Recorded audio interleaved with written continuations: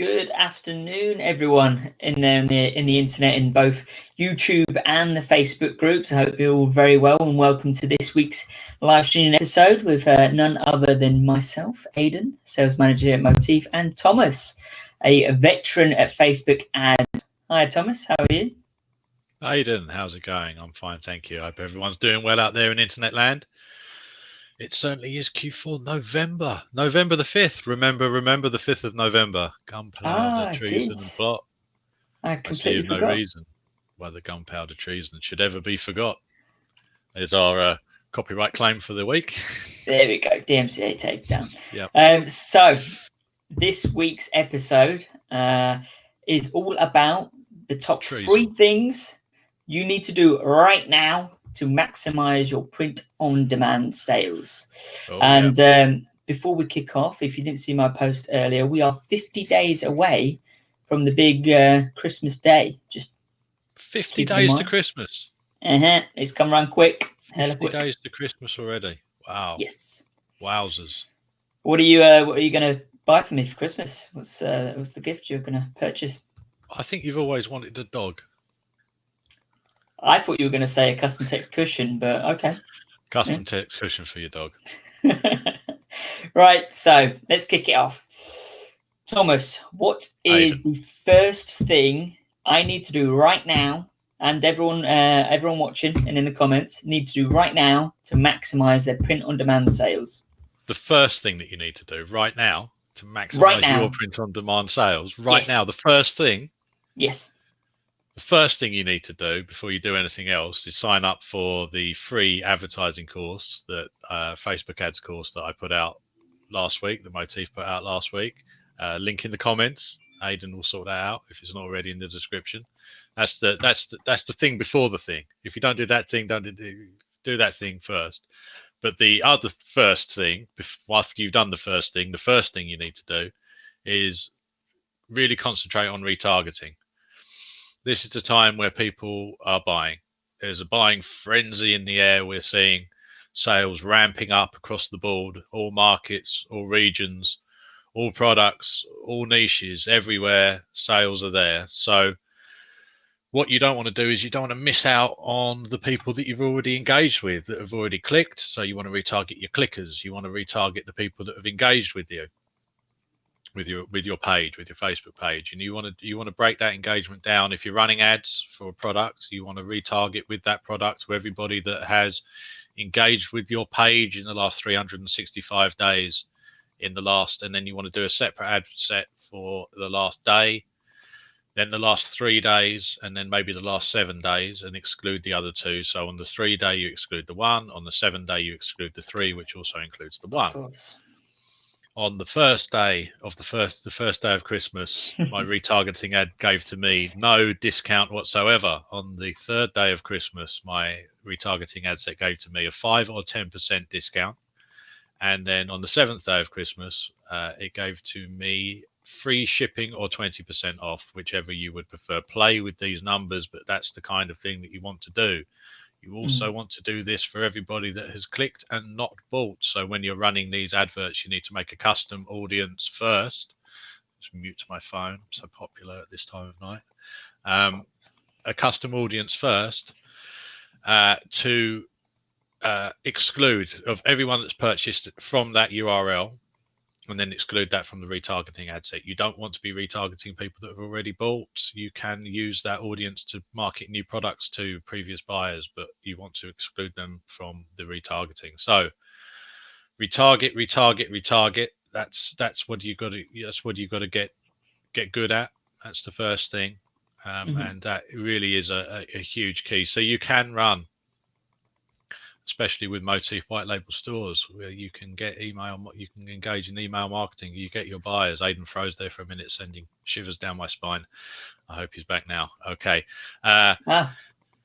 Where you can run, so retargeting means that you can run your first ad sets at break even. If you've got a high budget, is a strategy. You don't want to be just break even, but you can run break even ad sets, and then you make up the difference by retargeting the people that clicked and didn't buy. then selling to them, then bringing down your cost per purchase. This can be quite a dramatic change and really quite a powerful strategy overall. So retarget. It's very, very important. Okay, cool. And then so just out of that, so the first one you'd go to the link clickers, and then at any The stage first would one, you? the engagers, because you're going to have more engagers than you are link clickers. So Right. even if you're just running a PPE ad, okay, that isn't going to be targeting people that are only going to buy, but this is a buying time of year. Everybody's got the potential to be a buyer, so you want to target all of the people that have commented, shared, engaged, reacted, I think they call it now, liked, or whatever those little emojis are, left one of those on your advert, or commented. You want to retarget those people. You also so that's your engagement retargeting. You can't do that specifically for each post. You can only do that per page. So if you're running lots of different campaigns per page, or lots of different campaigns per page to different landing pages, different artwork, then it's all going to get mixed together a little bit. So you might want to use a carousel ad for this, but still the principle is that you retarget the engagers, and then yes, you retarget the clickers, and you will want to retarget the clickers for that single URL, for the URL that you're getting the traffic to. Right. And just because everyone's going to be thinking about it, how much can you make from retargeting? I know it's a very hard question to answer, but you know, a lot of people out there, they're unwilling to do anything they don't know about or step outside their comfort zone without knowing the rewards are dangling there. How good can retargeting be? Well, you can't spend as much money on retargeting as you can on your other ads, just from the nature of it, because the pool of people is smaller. But certainly these are going to be the cheapest conversions that you get. You're not going to be paying anywhere near the same that you're going to pay for when you're just targeting an interest or a lookalike audience. The cost per conversion is going to be far lower. It can be as low as $1, but somewhere in the $1 to $5 range, something like that, is depending on exactly what you're selling, the market you're selling in, how good your product is. The better your product is, the more people maybe you've bought it already. More expensive items tend to benefit more from retargeting. The clickers, especially now, I would say in normal times you want to sort of only run it for 28 days, your retargeting advert, like to an audience of only 28 days, because that's long enough, maybe 30 days. But at Christmas, I would go for 6 weeks, because you want to cover this whole 6 weeks period right up until the Christmas cutoff dates. The buying frenzy. Yeah, if somebody clicks now, then you still want to be retargeting them. All the normal rules of only 2 weeks or 30 days go out the window. You just want one like 90-day, clicked on that for the last 90 days and just retarget them until they buy. You can still do your 7-day, your 1-day, your 3-day, your 4-day, whatever you're going to do to break that down, to break it up for people that have just engaged. But you certainly want to be covering everybody from now and just keep on retargeting them with something, at least. They're all the clickers.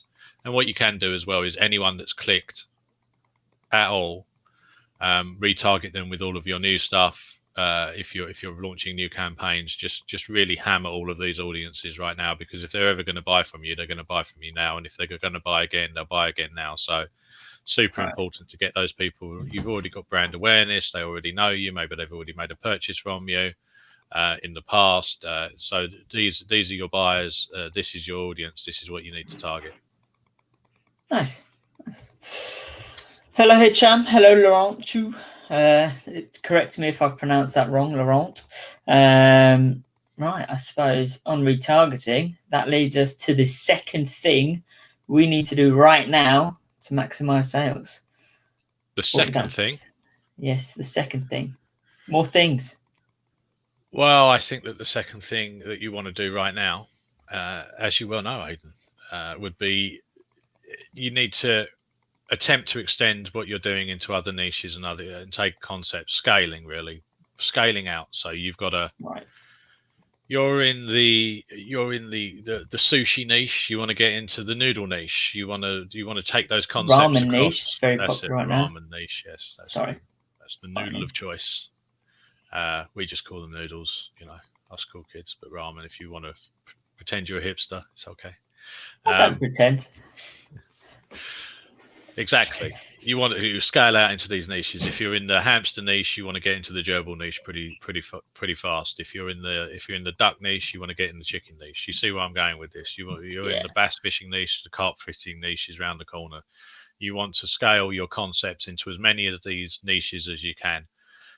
As soon as you find anything that's working well in one niche, you want to take that concept and put it in, get 4, 5, 6, 7, 8, 9, 10, as many other niche ideas as you can think of that concept will work in. It doesn't even have to be related. I'm saying if you're in the sushi niche, get into the noodle niche, but it could be any niche. You can take a baseball design, like soccer mum. You can baseball mum. You can scale that right out. Chess mum, swimming coach, swimming mother, swimming mum. You get the point. Yeah. Mother of a noodle eater, maybe not so great. Sushi mum. Who knows? The best ones I've seen of that exact example is someone would nail it in the dog niche, and then they'd apply it to cats, and then they'd apply it to horses, and they'd apply it to pretty much every pet you could own. And then not only that, they then sub niche it, and instead of doing just that dog silhouette, they then do the German Shepherds, they do all the breeds, and then they niche down like that. So they don't just scale out, they also scale down. So then they do different cat shapes, different shapes of horses, and then they do donkeys. Yeah, it really does. It just, people go from selling like what, 100-200 a day doing that to like 500-600 a day. Yeah. And so it's I completely agree. It's definitely something people should be doing right now. And just so you're aware, Thomas, my pronunciation of Laurent is fine, or Lawrence is easier in English. Thank you, Lawrence. Or Laurent. There you are. There you go. Our friend over in Denmark there. Anything more to add to the scaling sideways? This sort of concept? you need to find winning concepts and scale them out as much as you can. This is the time. So products as well. Take your pre-existing winners, as I said before, turn them into Christmas designs. Add custom text to the design. So you've got one winning design. Can you now? Okay, that's selling great, but can you somehow add a custom text field into that design to scale it out, and then really start pushing with all of that? There's a limitless amount of designs out there. There's a limitless amount of winners, but not every design is a winner. Even a great concept might not work in all niches. So the more that you test now, the more that you have got the opportunity to find that one absolute massive crazy winner, or 5 or 6 solid 40-50 shirt a day winners, which also can be great. All of this with retargeting mixed in is exactly how you should be approaching the next few weeks. Yeah, and it's something we didn't mention, but I think we sort of skirted around. But retargeting, say if you've got like 3 targets for the same design that are break even, retargeting could be the thing that pushes you over the edge, right? And gets all 3 of those things profitable. It can be. You should always try and be profitable in the front, but certainly if you're testing, you're not necessarily, you're still building up those audiences that you can retarget other stuff to later on. So it's not a complete waste. Although I wouldn't say just go after people that have engaged just for the sake of it. It's still an audience that you can retarget. So it's not a waste. It's all worth doing, and you should be pushing to get that winner. You need to test. The people that test 30 designs a week are going to do better than the people that test 3. That's just the way it is, especially if you're being a bit selective in what you're testing. If you're just testing completely random text on a shirt, which you shouldn't be doing, there should be some thought going into it. Then the more you test, the more you're likely to be able to hit a wave and really ride it through for the next few weeks, because it can be incredible. There's no limit to the amount of sales really that you can make. You'd be surprised. Even people that have had big winners before, there's still a shirt that will do 10 times the amount of sales of that. So 30 people selling 20,000, 30,000 units of a design in the next 6 weeks, somebody will be doing it. Somebody will be doing even more than that. And then with the store remarketing, retargeting, email lists, you can easily take that up to 50, 60, 70K. It's doable. Wow. But it's work. You have to really knuckle down and try. You might be lucky and find it within 3 days, but the likelihood is that you're going to have to put out a lot of volume to get to that numbers. Nice. Nice. And just to clarify for the people who aren't yet, or just about to, they haven't right now yet set up their retargeting, how much budget would you put behind your retargeting ads? Well, it depends how much traffic you're running. If you're spending $5,000 a day on adverts, then you're getting somewhere in the region of, well, you're certainly getting more than if you're making any money, you're getting more than 5,000 clicks, or at least 5,000 clicks. You could be getting as many as 10,000 clicks.